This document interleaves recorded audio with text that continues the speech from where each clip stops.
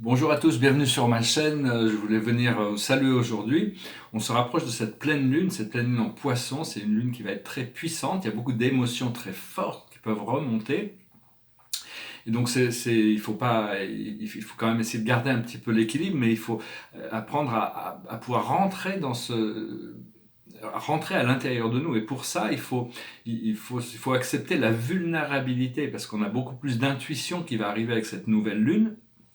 Mais c'est ok, absolument acceptable d'être vulnérable, parce que ça transformer les émotions en ressentis, en sentiments, de choses profondes, hein. Et pour ça, il faut lâcher prise sur les boucliers, parce que beaucoup de ces émotions sont des boucliers qu'on a mis autour de nous pour se protéger. Mais quand on veut rentrer dans l'unité, on doit accepter et savoir que bon, une fois qu'on a juste besoin de traverser certaines couches, et on arrive dans le bien-être que l'on recherche. Pensez à prendre des notes sur, pas forcément pour être publié, mais des notes sur ces émotions qui peuvent monter, de pouvoir exprimer à travers les mots. Ça permet de décharger certaines des émotions. Et, euh, et donc ça va être, c'est une lune très importante. Il faut s'ancrer dans la mère terre, hein. Il faut vraiment le plus possible essayer d'être ancré. Et au plus on arrive à plonger dans ces choses, ces peurs, ces choses qui nous font, sur lesquelles on a besoin, on sent qu'on a besoin de se protéger à l'intérieur. Si on peut rentrer dedans, c'est un petit peu comme si la lumière renaît, comme le phénix, hein, qui renaît de ses cendres, et on retrouve cette force.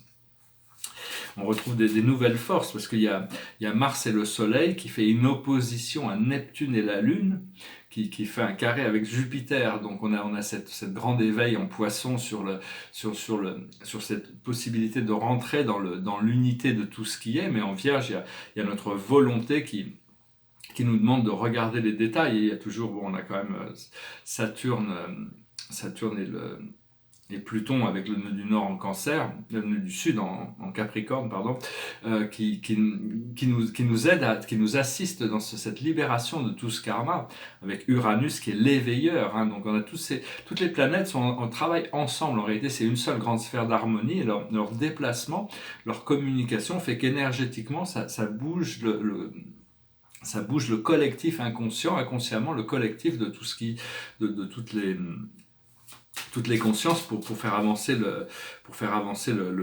l'évolution du programme terrestre, ainsi que de toutes les autres planètes, parce que l'astrologie, même si on vivait sur une autre planète du système solaire, l'astrologie nous affecterait différemment. Et on se rapproche à un moment où les choses vont être en équilibre. On a l'équinoxe qui arrive, 21, 22 ou 23, je sais pas, enfin je suis pas sûr du jour précis, mais enfin tous ces jours-là, c'est là où toutes les énergies sont le plus en équilibre, où les voiles sont les plus fins.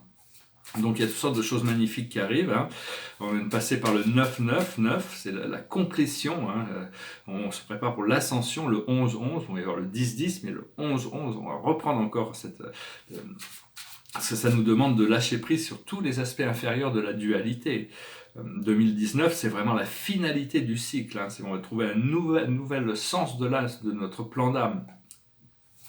Parce qu'on est on est tous venus dans le monde matériel pour redécouvrir pour faire cette ascension, pour découvrir les plans ascensionnés, et puis les plans cosmiques au-dessus, hein. Donc, après ça, c'est chacun qui détermine sa vitesse. C'est même pas nous consciemment dans notre moi inférieur, c'est notre âme qui détermine notre programme. Alors, je vais tirer 5 cartes avec le tarot des anges pour voir un petit peu pour cette pleine lune.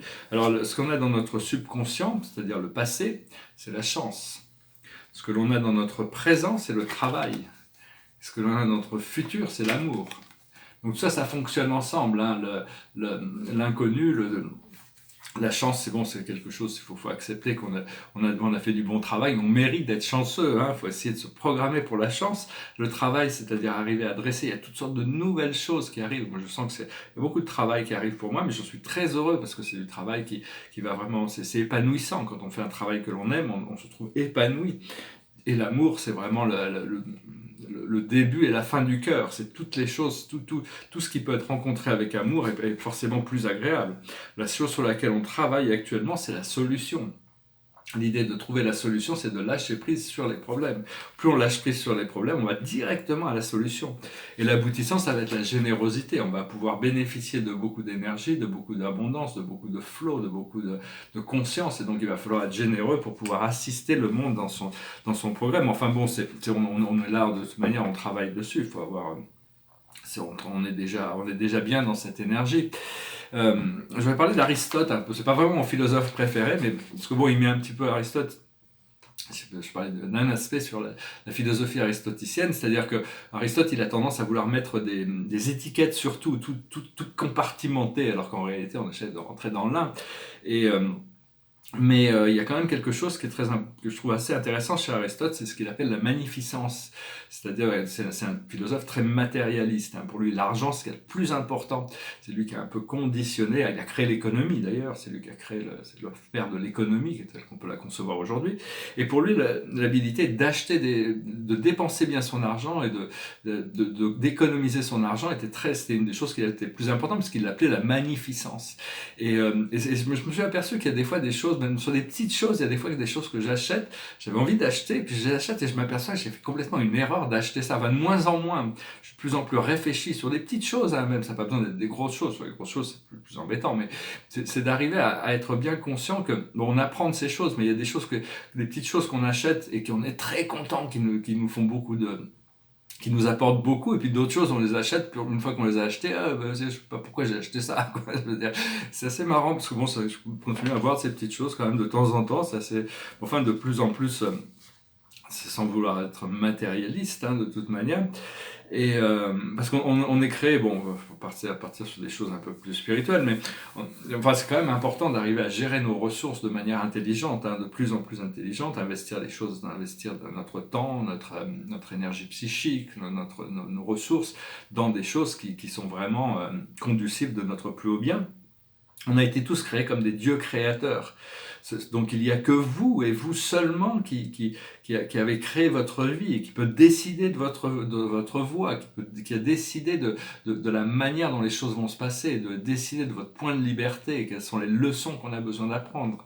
Et donc il faut éviter d'envoyer de rendre les autres responsables pour nos leçons, c'est-à-dire une fois qu'on a appris la leçon, elle est déchargée d'énergie et on est passé à travers. Parce que pour commencer notre ascension, il faut avoir transmuté 51% de notre karma, c'est-à-dire, les conseils karmiques ont accepté ça pour la Terre parce que c'est une planète très très difficile, et donc 51%, ça veut dire d'avoir 51% de pensée positive, 51% d'énergie positive, 51%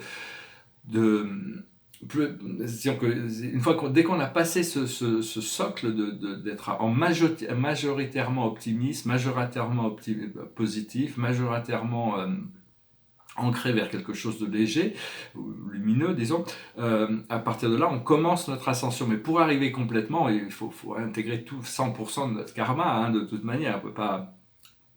Il n'y a que l'amour et la compassion, la lucidité et le courage. C'est ce que l'on doit travailler. L'amour pour soi-même et pour la vie, et la compassion pour soi-même, pour la vie, et la lucidité, devenir lucide, prendre conscience des choses, découvrir la sagesse et avoir le courage de perfectionner, d'adresser ses peurs, ses défauts, ses mauvaises habitudes. Il y a le grand soleil central qui a parlé, qui est venu communiquer Alcyone. Alcyone, c'est le soleil qui est au centre du groupe stellaire des Pléiades, et il y a des millions de soleils qui tournent autour, dans notre univers local. C'est le centre cosmique. Je ne pense pas que les scientifiques terrestres savent ça encore, mais toutes les étoiles qui nous entourent tournent autour de Alcyone, à l'intérieur de... Mais pour lui, il disait qu'il est pas si grand que ça, quoi. Pour lui, il se voit pas comme grand, quoi. Il nous voit aussi grand que lui, parce qu'on est aussi grand. On est grand, comme Lao Tse disait. La terre est grande, l'homme est grand, le ciel est grand, et le Dao est grand. C'est-à-dire que, et c'est comme il disait, il ne se voyait pas si central que ça dans l'univers, dans l'immensité de l'univers. Il ne se voyait pas vraiment comme central lui-même, même si bon, il est le soleil central, il est celui qui apporte toute la force de la vie, qui tient toutes les choses en place. Mais il nous disait, nous sommes centrales aussi, nous sommes centrales dans l'ascension, donc il ne faut pas non plus se négliger, on est tous égaux On a tous notre fonction dans dans ce grand procédé cosmique. On est en train de préparer cet immense alignement cosmique, quand la mère de l'univers aura rassemblé toutes ces pièces et aura aligné toutes ces choses. Il y a des sortes d'événements cosmiques qui vont, qui vont être inévitables, hein. Donc, voilà, je parlais du Christ collectif, hein. Bon, il y a de plus en plus de gens qui se réveillent à ça, donc c'est une question, est-ce qu'ils sont vraiment dans cet amour inconditionnel au plus, parce que l'ascension, c'est en accord avec notre foi. Selon, quelle que soit notre foi, nos croyances, nos désirs, l'univers va s'aligner avec ça. Donc c'est chacun qui, on n'est pas tous pareils, mais on a tous ce pouvoir de manifester la divinité en nous, hein, parce que c'est à partir du moment où on a choisi de se réveiller. Je vais tirer ces 4 cartes. Alors, la plus haute sagesse pour nous aujourd'hui, c'est Atlantide, c'est retrouver ses mémoires, cette mémoire d'Atlantis, c'est d'arriver à se reconnecter avec l'océan aussi, se reconnecter avec le dieu Poséidon. Et c'est aussi avec tout c'est des mémoires qui vont ressurgir sur une société qui était quand même assez intégrée à l'intérieur de... Il y a eu 200 000 ans d'âge d'or quand même, enfin 50 000 ans d'âge d'or, 200 000 ans de civilisation. Atlantis qu'on a oublié, toutes ces histoires ont été oubliées. C'était... je ne sais plus qui c'est qui disait ça, je crois que c'était Churchill, je crois que c'était un politicien anglais qui s'appelait Churchill, il disait que plus on veut voir loin dans le passé, au plus on pourra voir loin dans le futur. Mais le truc, c'est qu'on est tellement limité dans notre vision du passé qu'on ne peut pas voir très loin dans le futur. Une fois qu'on arrive à découvrir toutes ces histoires, revenir même jusqu'à la source de notre création, au départ, à partir de ce moment-là, on pourra voir la destinée, on pourra voir que la boucle sera bouclée, que l'origine est la destinée. C'est-à-dire, c'est un grand cercle en réalité, l'existence de la vie. Ce que l'on doit comprendre, c'est le guérisseur ou la guérisseuse. On doit amener la complétion, on n'a pas besoin d'amener la perfection, on a besoin d'amener la complétion dans les choses, faire voir aux gens qu'ils n'ont pas besoin de changer quoi que ce soit à l'intérieur d'eux-mêmes pour trouver ce point de liberté. Et trouver cette guérison, arriver à accepter de faire les choses qu'on a besoin de faire, prendre responsabilité. Ce que l'on doit faire, c'est les relations karmiques. On doit utiliser toutes les relations que l'on a dans notre vie comme des ponts, comme des catalyseurs pour arriver à amener cette joie, cette unité, cet amour. Et l'aboutissant, c'est la vie amoureuse. La vie amoureuse. Donc il y a toutes sortes de romances qui se préparent.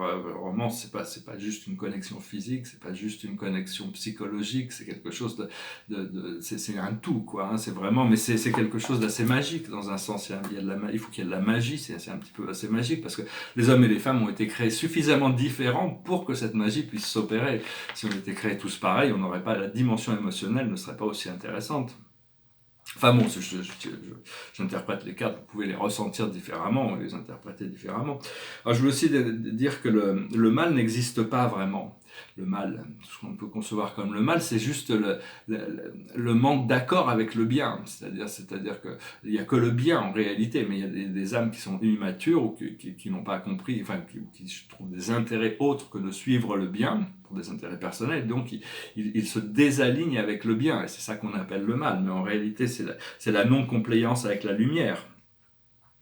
Et on peut pas ressentir la peur et la joie en même temps. Donc c'est pas possible, c'est pas concevable. Hein. C'est pas, donc il faut essayer toujours de se revenir, rencontrer les peurs pour arriver à émerger dans quelque chose d'autre. Parce qu'on a été créé tellement libre qu'on a le choix. On a été créé en tant que créateur.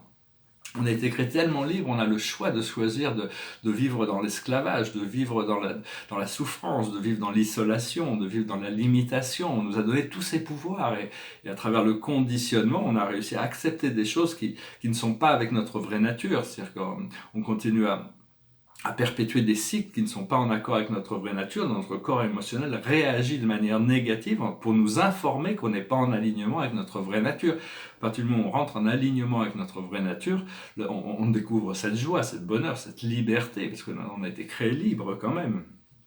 Donc voilà, hein, j'espère que ce message aura été intéressant pour vous. Je vous souhaite une très bonne pleine lune, hein, de toute manière.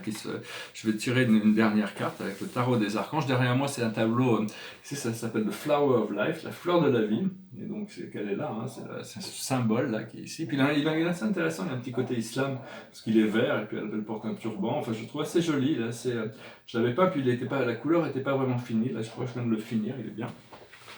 Et puis ici, c'est un tableau de 1999 que j'ai fait à Denver, qui fait partie d'une série de 7 tableaux, c'est le numéro 5, sur les 7 grandes familles spirituelles. Alors bon, c'est un tableau assez complexe, mais il est moi, je le trouve très très beau.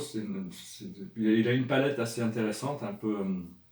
Et c'est une palette assez unique, je ne suis jamais revenu sur ces palettes, peut-être qu'un jour je repartirai, parce que les palettes, je suis assez coloriste, j'aime bien les couleurs, et ça a tendance à changer avec le temps. Donc, je chantais une chanson qui s'appelle Angel, c'est sur quelqu'un qui rencontre un ange. It goes like this. Angel come down from heaven yesterday.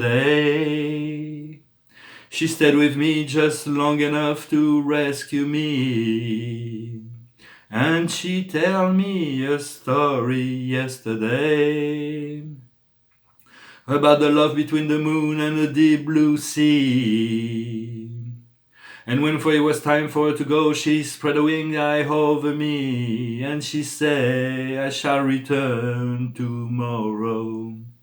And I say, fly on, my sweet angel, fly on through the sky.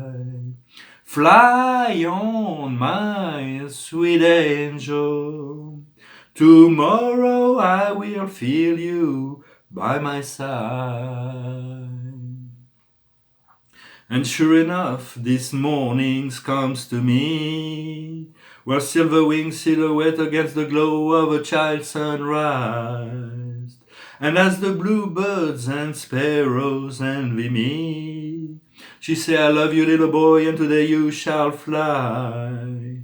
She kissed me once, and the feeling so good she made me cry. And now we fly together. And I say, fly on, my sweet angel, fly on through the sky. Fly on, my sweet angel, together we shall always be alive. Voilà, je vous remercie. Très belle chanson de Jimi Hendrix. Je vais tirer une dernière carte. Je vous remercie d'aimer, de partager, de souscrire, de commenter. Je vous souhaite toutes sortes de choses dont je ne peux pas parler, qui se préparent, qui arrivent. Et donc, je suis très excité. Je suis un petit peu très, très excité. De toute manière, je suis dans l'élation de cette préparation. Alors, la carte de la journée, c'est le 9 de Gabriel. Faites preuve de détermination et allez de l'avant. Soyez prêts à tout. Activisme environnemental. C'est quelqu'un qui est dans son jardin. Il faut être être prêt à tout. Il faut être prêt à l'inattendu. Au plus on est prêt à l'inattendu, avec Uranus là qui est dans le coin, là, au plus les choses, au plus on pourra recevoir les choses de manière, on pourra retrouver de la joie dans ce qui arrive, de toute manière. Sachez que vous êtes prêts de toute manière, votre esprit vous a préparé pour ce qui arrive pour vous. Au plus on suit notre guidance intérieure, au plus des fois on peut créer des délais parce qu'on n'est pas prêt, mais parce que prêt c'est bien dans sa tête, on se dit on est prêt, mais c'est quelque chose de très profond, être prêt pour les choses, et on ne sait pas vraiment, parce que c'est notre moi supérieur qui peut voir les choses. Donc il faut avoir confiance, il faut confiance en notre guidance, en notre intuition qui va continuer à devenir de plus en plus puissante avec surtout à travers ce passage de cette pleine lune en Poisson, beaucoup d'émotions, pouvoir lâcher prise sur ces émotions qui nous servent de barrière pour nous empêcher ces ressentis profonds, et ce qui va pouvoir nous aider à développer encore plus notre intuition. Je vous remercie, je vous souhaite une excellente journée. Namasté.